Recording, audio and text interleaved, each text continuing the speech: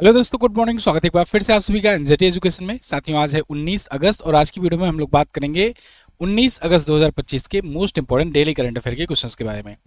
कल एक जरूरी बात कि कल देखिए क्या हुआ था कि ऑफर एंड हो चुका था, लेकिन बहुत सारे लोग बाद में भी मैसेज कर रहे थे। तो मैंने जैसे कि पहले ही आपको बता दिया था कि 2 दिन के लिए एक्सटेंड किया गया था ऑफर, उसके बाद नहीं बढ़ाया जाएगा तो नहीं बढ़ाया जाएगा।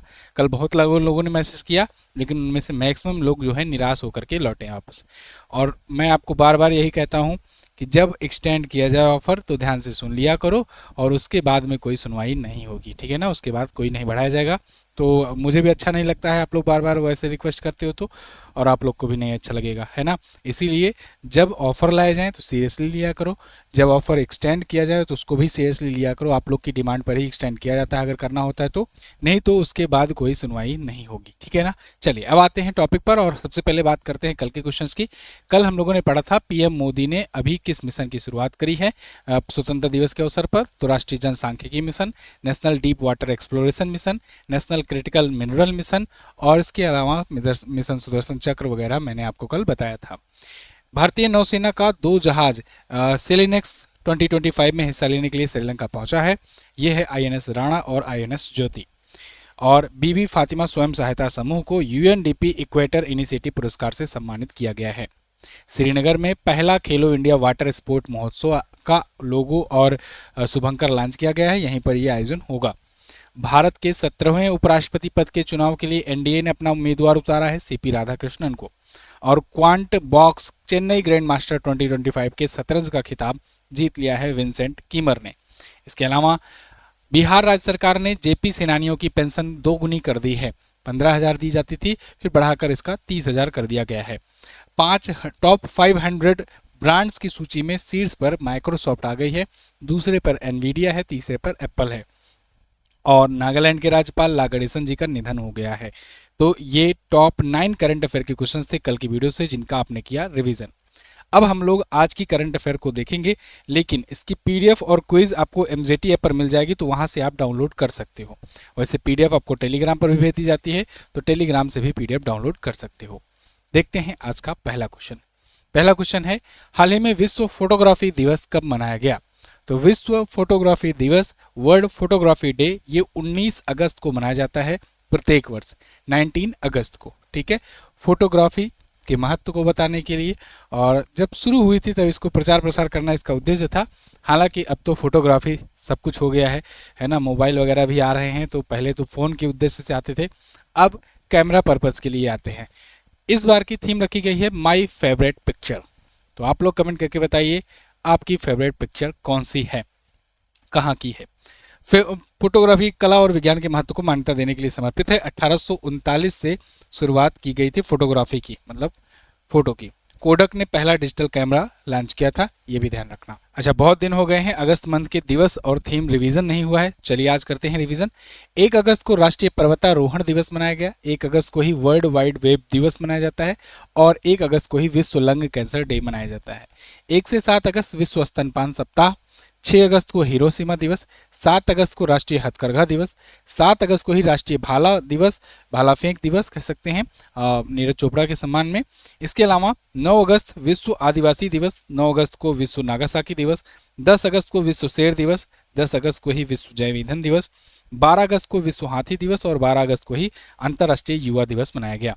इसके अलावा 13 अगस्त को विश्व अंगदान दिवस। 14 अगस्त को विश्व भारतीय राष्ट्रीय विभाजन विभीषका स्मृति दिवस। 19 अगस्त को विश्व फोटोग्राफी दिवस मनाया गया। 15 अगस्त को 79वां स्वतंत्रता दिवस मनाया गया। क्लियर। अगला देखते हैं, नागालैंड के राज्यपाल का अतिरिक्त प्रभार किसे सौंपा गया। कल की वीडियो में हम लोगों ने देखा कि नागालैंड के जो राज्यपाल थे ला गणेशन जी, उनका निधन हो गया, तो अब किसी न किसी को तो कार्यभार सौंपना है, तो अतिरिक्त प्रभार दे दिया जाता है। जब क्या होता है कि कोई राज्य में राज्यपाल का पद रिक्त हो जाता है अचानक से, तो जब तक कोई नई नियुक्ति नहीं होती है तब तक पास वाले राज्य के राज्यपाल को ही अतिरिक्त प्रभार दे दिया जाता है। कि मतलब उस दौरान अगर कोई काम वगैरह कराना हो तो बगल वाले जो राज्यपाल हैं उनको वो एक्स्ट्रा चार्ज मिल जाएगा, और वो भी वह काम देख लेंगे, ठीक है, जब तक कोई नई नियुक्ति ना हो जाए। तो यहाँ पर नागालैंड के बगल में है मणिपुर, और मणिपुर के राज्यपाल हैं अजय कुमार भल्ला। तो अजय कुमार भल्ला को ही अतिरिक्त प्रभार अभी दे दिया गया है, ठीक है, जब तक कि नई नियुक्ति नहीं हो जाए। अब नई नियुक्ति कब होगी, या यही रहेंगे अतिरिक्त प्रभार लेकर के, ये तो देखने वाली बात होगी। खैर 15 अगस्त के दिन शाम को इनका निधन हो गया था। नागालैंड के राज्यपाल थे। लगभग 5 वर्षों में 22 अगस्त 2024 तक केंद्रीय गृह सचिव के रूप में ये कार्यरत रहे थे अजय कुमार भल्ला जी, और फिर इनको नियुक्त किया गया मणिपुर का राज्यपाल। अभी कुछ ही महीनों पहले नियुक्त किया गया था, मैंने आपको बताया था। 1984 बैच के IAS अधिकारी रहे हैं। 3 जनवरी को इनको नियुक्त किया गया था। आगे, हाल ही में सिएटल के प्रसिद्ध स्पेस नीडल पर पहली बार किस देश का राष्ट्रीय ध्वज फहराया गया, जो कि अमेरिका का एक प्रतीकात्मक स्थल है। सिएटल आप सुने हो कि नहीं। सिएटल भी एक समझ लो जैसे स्टैचू ऑफ लिबर्टी आपने सुना होगा ना, अमेरिका का एक प्रसिद्ध एक स्थल है, और मतलब कि सिंबल है कह सकते हो, स्टैचू ऑफ लिबर्टी।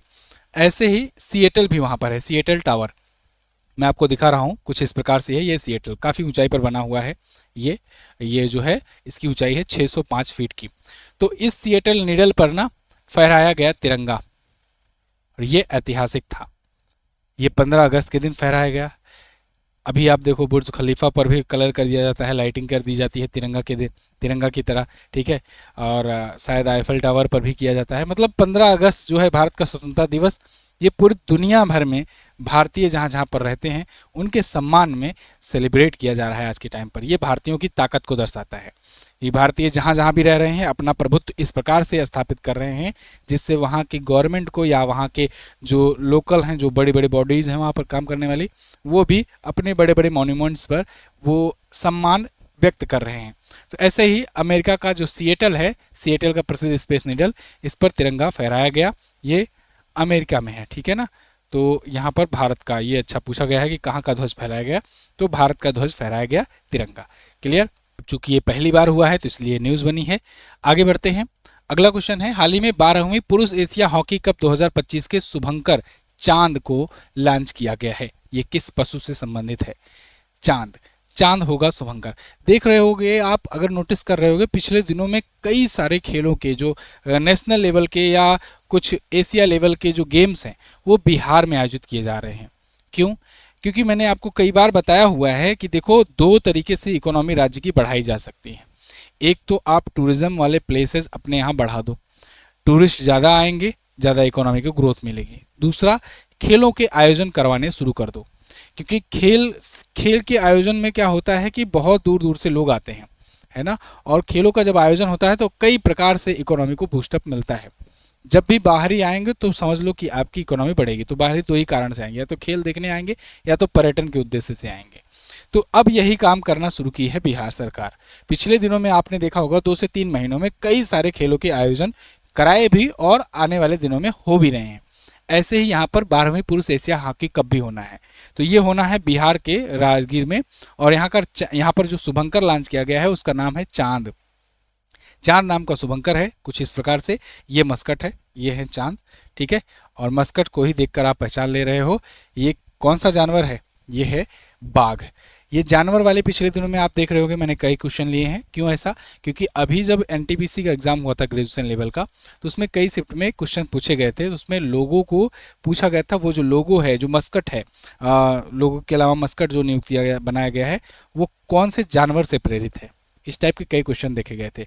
इसलिए इस टाइप का क्वेश्चन आपको लेना होगा, पढ़ना होगा, तैयार रखना होगा। सिर्फ मस्कट का नाम याद रखना इनफ नहीं है, ठीक है। तो चांद नाम का मस्कट है और ये है एक बाघ, ठीक है। यहाँ पर लिखा भी है इसकी, देखिए टी शर्ट पर चांद, CHAAND।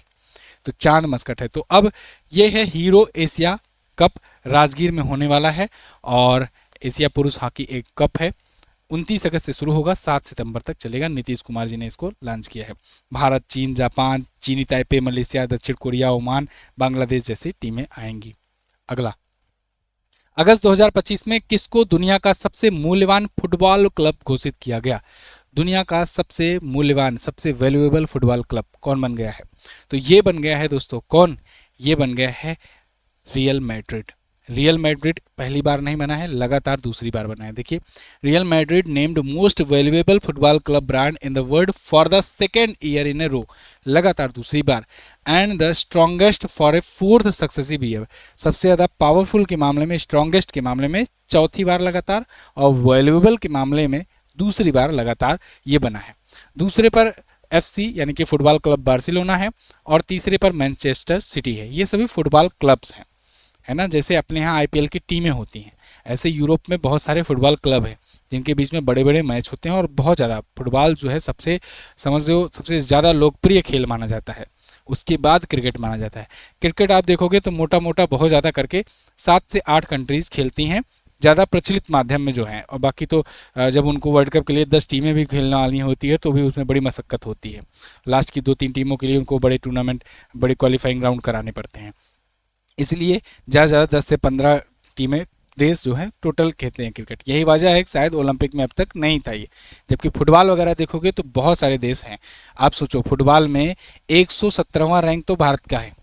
117वां, अभी तो शायद और पीछे चला गया था, 123वें रैंक पर आ गया था।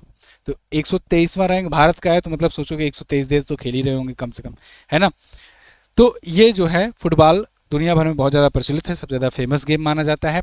और ओलंपिक के बाद फुटबॉल वर्ल्ड कप जो होता है ये भी बहुत पॉपुलर होता है। तो खैर, जो फुटबॉल क्लब्स हैं इनके बीच में ब्रांड फाइनेंस फुटबॉल 50 की रिपोर्ट आती है, और इसमें पता लगता है कि रियल मैड्रिड की इस बार वैल्यू 14% बढ़ गई है। कितनी है valuation? 1.921 billion euro. 1.921 billion euro लगातार चौथे साल हासिल की गई है उपलब्धि, और AAA+ इसकी रेटिंग है। भारत पहली बार कहां पर एशियाई open short track speed skating trophy का आयोजन करेगा? तो पहली बार भारत आयोजन करेगा किसका? एशियाई ओपन शॉर्ट ट्रैक की स्पीड स्केटिंग ट्रॉफी। स्केटिंग आपने सुना होगा, कुछ इस प्रकार से होती है स्केटिंग, है ना। तो ये स्केटिंग होगी, और ये इसकी ट्रॉफी होगी। कहाँ पर होगी? उत्तराखंड में होगी। देवभूमि उत्तराखंड में इसका आयोजन किया जाएगा। भारत इस बार पहली बार आयोजन कर रहा है। महाराणा प्रताप स्पोर्ट कॉलेज रायपुर में, देहरादून में जो कि है उत्तराखंड में, वहाँ पर आयोजन किया जाएगा। 20 से 23 अगस्त को होगा। ये भारत का सबसे बड़ा शीतकालीन खेल आयोजन माना जा रहा है। इसे 11 से ज़्यादा एशियाई देश शामिल हो रहे हैं। उत्तराखंड के बारे में अगर देखना है आपको तो उत्तराखंड यहाँ पर आपको दिख जाएगा। उत्तराखंड उत्तर प्रदेश से ही अलग हुआ था। ये 13 जिलों को लेकर के अलग हुआ था। आज भी यहाँ पर 13 जिले हैं। कब अलग हुआ था? ये 9 नवंबर को 2000 को सन 2000 को अलग हुआ था, और बना था 27वां राज्य। ठीक है। 1 नवंबर को सबसे पहले अलग हुआ कौन? 1 नवंबर को मध्य प्रदेश से छत्तीसगढ़ अलग हुआ, फिर 9 नवंबर को अलग हुआ उत्तराखंड उत्तर प्रदेश से, फिर बिहार से झारखंड अलग हुआ 15 नवंबर को। 2000 को ही, सन 2000 में तीनों अलग हुए थे। देहरादून इसकी है विंटर कैपिटल, गैरसैंण है इसकी समर कैपिटल। समर कैपिटल जो है ये है ये। Pushkar Singh Dhami BJP party CM है। लेफ्टिनेंट जनरल गुरमीत सिंह यहाँ के गवर्नर हैं। भीमताल, नैनीताल, सप्तऋषि कुंड, 7 ताल, माता ताल, राकस ताल, बहुत सारे ताल यहाँ पर हैं। झीलें। नेशनल पार्क में जिम कॉर्बेट नेशनल पार्क का याद रखना नाम, इसका नाम अभी चेंज किया गया है। इसका नाम बदल करके रामगंगा नेशनल पार्क कर दिया गया है। रामगंगा नेशनल पार्क ये भारत का सबसे पहला नेशनल पार्क है। इंडिया का पहला नेशनल पार्क है, याद रखना। सबसे पहले इसका नाम था हेली नेशनल पार्क, फिर बदला गया, जिम कॉर्बेट किया गया, और अभी फिर बदल करके रामगंगा नेशनल पार्क कर दिया गया है। क्लियर दिख रहा है कि नहीं? चलिए, थोड़ा थोड़ा दिख रहा है, कोई बात नहीं। राजाजी राष्ट्रीय उद्यान है, नंदा देवी राष्ट्रीय उद्यान है, गंगोत्री नेशनल पार्क है। ये सभी नेशनल पार्क हैं। यहाँ पर 13 जिले हैं, 70 विधानसभा में सीटें हैं, 5 लोकसभा में और 3 राज्यसभा में यहाँ से सीट जाती है। क्लियर? आगे बढ़ते हैं। हाल ही में NHAI के द्वारा देश के 1150 टोल प्लाजा पर कितने रुपए की फास्टैग वार्षिक पास सेवा शुरू की गई? अगर आपको याद हो तो इस पर मैंने आपको एक वीडियो दी थी आज से कुछ महीने पहले, जब इन्होंने अनाउंस किया था तब नितिन गडकरी जी ने, कि अब मात्र 15 रुपए में टोल टैक्स, टोल प्लाजा लोग पार कर पाएंगे। ये ऐसे यूजर्स के लिए है, या कहें कि ऐसे चालक के लिए है जो रेगुलर आवाजाही करते हैं, आवागमन करते हैं, और रेगुलर उनको पास देना पड़ता था, टोल प्लाजा पर टोल टैक्स देना पड़ता था।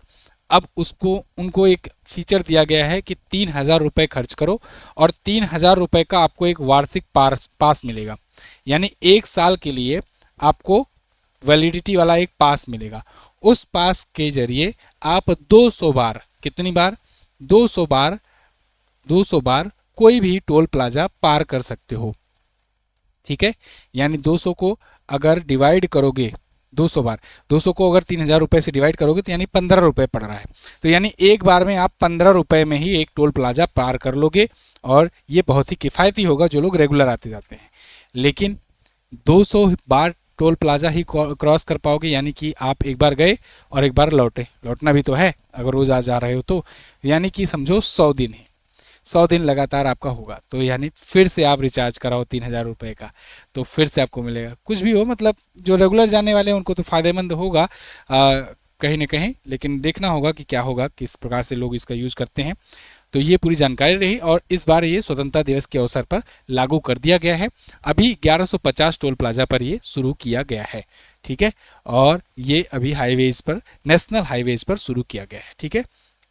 अगला, हाल ही में किस एक्वानाट्स ने उत्तरी अटलांटिक महासागर में 5002 मीटर की गहराई में जाकर भारतीय रिकॉर्ड बनाया है? एक्वानाट्स, आप एस्ट्रोनॉट्स सुने हो? एस्ट्रोनॉट्स क्या होते हैं? जो अंतरिक्ष में जाते हैं। एस्ट्रोनॉट्स जो एस्ट्रोलॉजी में अंतरिक्ष में जाते हैं वो एस्ट्रोनॉट हुए। जो एक्वानॉट्स जो एक्वा में जाते हैं, एक्वा वाटर की पर्यायवाची होती है, सिनोनिम्स होता है, तो एक्वा में जो जाते हैं उन्हें एक्वानॉट्स कहते हैं। तो ये गए हैं जल की गहराई में, यानी कि समुद्र के अंदर गए हैं, और कितना मीटर गए हैं? 5002 मीटर की गहराई में गए हैं। और अब तक का भारतीय कोई भी पहला ऐसा है जो इतनी गहराई तक गया है। नाम क्या है? नाम है जतिंदर पाल सिंह। जतिंदर पाल सिंह है, समुद्र के अंदर गोता लगाने गए थे। आपको मैंने कुछ दिन पहले ही एक मत्स्य 6000 के बारे में बताया था। मत्स्य 6000 जो है भारत के समुद्रयान मिशन का हिस्सा है। समुद्रयान मिशन का एक वो समरसिबल है। इसी समरसिबल में बैठ करके भारत डीप ओशन मिशन करने वाला है। और अभी 15 अगस्त के भाषण में भी पीएम मोदी ने डीप ओशन मिशन के बारे में व्याख्या की है कि हम लोग डीप ओशन मिशन करेंगे और ओशन को और ज़्यादा एक्सप्लोर करेंगे, तेल खोजेंगे। कल मैंने आपको कल की वीडियो में अच्छे से समझाया था उस चीज़ को। तो खैर, ये जो है रिकॉर्ड ब्रेकिंग डाइव है इतनी गहराई तक जाने का, और इन्होंने ये हासिल की है उपलब्धि। ये बन गए हैं पहले भारतीय इतने अंदर तक जाने वाले। ये फ्रांसीसी पनडुब्बी नटाइल के जरिए गए हुए हैं।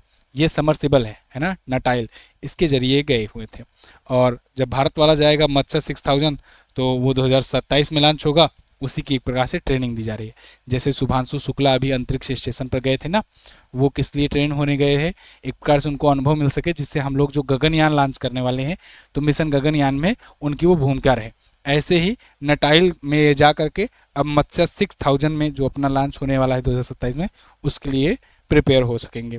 इसके अलावा अभी कुछ दिन पहले मैंने जब 5 अगस्त को राजू रमेश गए थे 4000 मीटर की गहराई में, तब भी मैंने आपको क्वेश्चन बताया था। तो राजू रमेश के बाद ये दूसरे व्यक्ति बन गए हैं भारतीय जो ये यहाँ तक गए थे, ठीक है। एक्वानट्स कहा जाता है, बताया मैंने आपको। अगस्त 2025 में किस राज्य ने मुख्यमंत्री थायामनूर योजना शुरू की? तो थायुमनवर योजना ये शुरू की है तमिलनाडु के मुख्यमंत्री ने। तमिलनाडु के मुख्यमंत्री कौन है जी? MK स्टालिन, इनका नाम याद रखना। MK स्टालिन है, DMK पार्टी से हैं। ये अभी कुछ दिन पहले ही राज्य शिक्षा नीति लॉन्च किए थे। जो राष्ट्रीय शिक्षा नीति है 2020 वाली, जो पूरे देश के बहुत सारे राज्य लॉन्च कर चुके हैं, अपने यहाँ लागू कर चुके हैं। कर्नाटक पहला राज्य था लागू करने वाला। तो इन्होंने कहा हम राष्ट्रीय शिक्षा नीति नहीं लागू करेंगे, हम राज्य शिक्षा नीति लागू करेंगे। ये पहले राज्य बने थे तमिलनाडु, ठीक है। अब तमिलनाडु का ही एक और न्यूज़ है। इन्होंने कहा है कि ये 70 वर्ष से अधिक आयु के 1300 से अधिक आदिवासियों और विकलांग व्यक्तियों के लिए थायु मनवर योजना लॉन्च करेंगे, ठीक है। तो इस योजना के तहत जवादु हिल्स है, जवादु पहाड़ी, वहाँ पर आदिवासी जो रहते हैं उनके घर पर ही राशन पहुँचाया जाएगा। उद्देश्य है वल्लोर, रानीपेट, तिरुवनमल जिले के 1.41 लाख से ज़्यादा बुजुर्गों और दिव्यांगों के घर घर राशन पहुँचाना, ठीक है। क्योंकि देखो आदिवासी जो होते हैं ना, वो शिकार पर डिपेंड होते हैं, जानवरों का शिकार करते हैं और उसके बाद फिर वही खाते हैं। लेकिन जो बुजुर्ग होते हैं या विकलांग हो जाते हैं उनको कौन भोजन पहुंचाए? तो इसलिए वहां पर भोजन पहुंचाने की योजना है, ठीक है। तमिलनाडु के बारे में बात करें, तमिलनाडु आपको यहाँ पर दिख जाएगा मैप में, और चेन्नई इसकी राजधानी है। MK स्टालिन मैंने बताया आपको। RN रवि यहाँ के गवर्नर हैं। लोकसभा में 39 सीट जाती है तमिलनाडु से, राज्यसभा में 18 सीट। यहाँ की विधानसभा में सीट है 234 और 38 जिले हैं टोटल। और इसके अलावा Mudumalai national park, Guindy national park, Annamalai tiger reserve है, पलक्कड़ दर्रा भी है। भरतनाट्यम दुनिया का सबसे पुराना लोक नृत्य यहीं पर है। अपना बॉर्डर ये आंध्र प्रदेश से, कर्नाटक से और केरला से लगाता है। अगला, किस राज्य सरकार ने हाल ही में ऑपरेशन फाल्कन शुरू किया? ऑपरेशन फाल्कन ये शुरू किया है अभी असम राज्य सरकार ने। असम के CM जो है हेमंता विश्व शर्मा, इन्होंने ये लॉन्च किया हुआ है ऑपरेशन फाल्कन। किसके लिए? टू सेव असम रेयन्स, असम के जो गैंडे हैं उनको बचाने के लिए, उनको सुरक्षित रखने के लिए, संरक्षित करने के लिए ये शुरू किया गया है। 42 से अधिक गैंडा शिकारियों को गिरफ्तार भी किया गया। आपको पता होगा एक है काजीरंगा नेशनल पार्क, मैं आपको कई बार बता भी चुका हूँ वीडियो में। काजीरंगा नेशनल पार्क जो है ये एक सींग वाले गैंडे के लिए फेमस है। एक सींग वाले गैंडे के लिए फेमस है, ठीक है। वैसे काजीरंगा नेशनल पार्क से मैं आपको कई चीज़ें बता चुका हूँ। चलो कमेंट बॉक्स में बताओ क्या क्या बताया था मैंने। सैटेलाइट फ़ोन यूज करने वाला भी ये पहला नेशनल पार्क है, दुनिया का बना था पहला। इसके अलावा काजीरंगा नेशनल पार्क आज के टाइम पर यूनेस्को विश्व धरोहर स्थल भी है, यूनेस्को की वर्ल्ड हेरिटेज साइट में भी इसे शामिल किया गया है। और एक सींग वाले गैंडों के लिए फेमस है, सबसे ज़्यादा एक सींग वाले गैंडे भारत में यहीं पर पाए जाते हैं। ऑपरेशन पिछले वर्ष शुरू किया गया था, ये ऑपरेशन फाल्कन, और इसी के अनुसार ये आया है। देखिए 2022 की गैंडा जनगणना हुई थी और असम में बताया गया कि 2895 गैंडे हैं, जिनमें 2613 जो हैं ये 1300 वर्ग किलोमीटर के काजीरंगा नेशनल पार्क में और बाघ अभ्यारण्य में है। मतलब आप समझो कि 2895 में से 2600 तो अकेले केवल काजीरंगा में ही है। इसीलिए काजीरंगा फेमस है एक सींग वाले गैंडों के लिए। कर्नाटक फेमस है हाथियों के लिए, सबसे ज़्यादा हाथियों के लिए। गिर नेशनल पार्क फेमस है सबसे ज़्यादा एशियाई शेरों के लिए। सबसे ज़्यादा टाइगर्स कहाँ पाए जाते हैं? मध्य प्रदेश में, ठीक है। बेवकूफ़ कहाँ पाए जाते हैं? कमेंट करके आप अपने हिसाब से बताओ। चलिए, तो असम ये है, और बाकी असम के बारे में जानकारी ले लो। जो लोग नए हों स्क्रीनशॉट ले लें, वीडियो लंबी जा रही है, हम लोग यहीं पर सम अप करेंगे। पीडीएफ जो है इसकी डाउनलोड कर लेना डिटेल वाली, कहाँ पर? टेलीग्राम से। इसके अलावा एमजेटी ऐप पर भी पीडीएफ और कुछ दे दी जाती है। वीडियो को लाइक किया करो, शेयर किया करो। कभी कभी नोटिफिकेशन नहीं जाता है, इसलिए टेलीग्राम ज्वाइन करके रखो। यहाँ पर वीडियो का लिंक भेज दिया जाता है। और यूट्यूब बदमाशी कर रहा है। कल हालांकि एक चीज़ मैंने देखा, ये ऑटो डबिंग वाला जो सिस्टम चल रहा था ना, ये सेटिंग से ही कुछ गड़बड़ था। इधर से मैंने चेक किया और इसको सही कर दिया गया है अब। और ये लोग अपडेट लाते रहते हैं, मतलब किसी को या तो फॉलो करना पड़ेगा कि कैसे कैसे क्या क्या चीज़ें हैं। जब ध्यान ना दो, कुछ ना कुछ ये लोग अपडेट ला करके कुछ भी कर देते हैं बवाल। जैसे ऐड वाला ये कर दिए हैं, कभी भी कुछ भी ऐड आ जा रहा है। तो फिलहाल जो भी होगा उसको देखा जाएगा, आप लोग बता दिया करो। ये ऑडियो वाला अब शायद आज की वीडियो में आपको ना दिखे। फिलहाल जिन लोगों ने डिसेबल कर लिया था उन लोगों में नहीं हो रहा था, लेकिन जो लोग नहीं जानते थे डिसेबल करना खुद से, तो उनके में ऑटो चल जा रहा था। प्रधानमंत्री मोदी ने 79वें स्वतंत्रता दिवस पर कितने मिनट का भाषण दिया है? तो 103 मिनट का ऐतिहासिक भाषण है। कॉमनवेल्थ गेम्स 2026 का आयोजन कहाँ होगा? ग्लासगो स्कॉटलैंड में होगा। आज आपको क्या बताना है? खेलो India water game sport game festival का शुभंकर क्या रखा गया है? इसके अलावा किस अनुच्छेद के तहत उपराष्ट्रपति राज्यसभा के अध्यक्ष होते हैं? दोनों क्वेश्चंस के बारे में आपको जो भी पता हो डिटेल से जरूर आंसर कीजिएगा, ठीक है। Thank you so much. मिलेंगे अगले क्वेश्चन में, अगले वीडियो में। तब तक के लिए नमस्कार, जय हिंद, वंदे मातरम।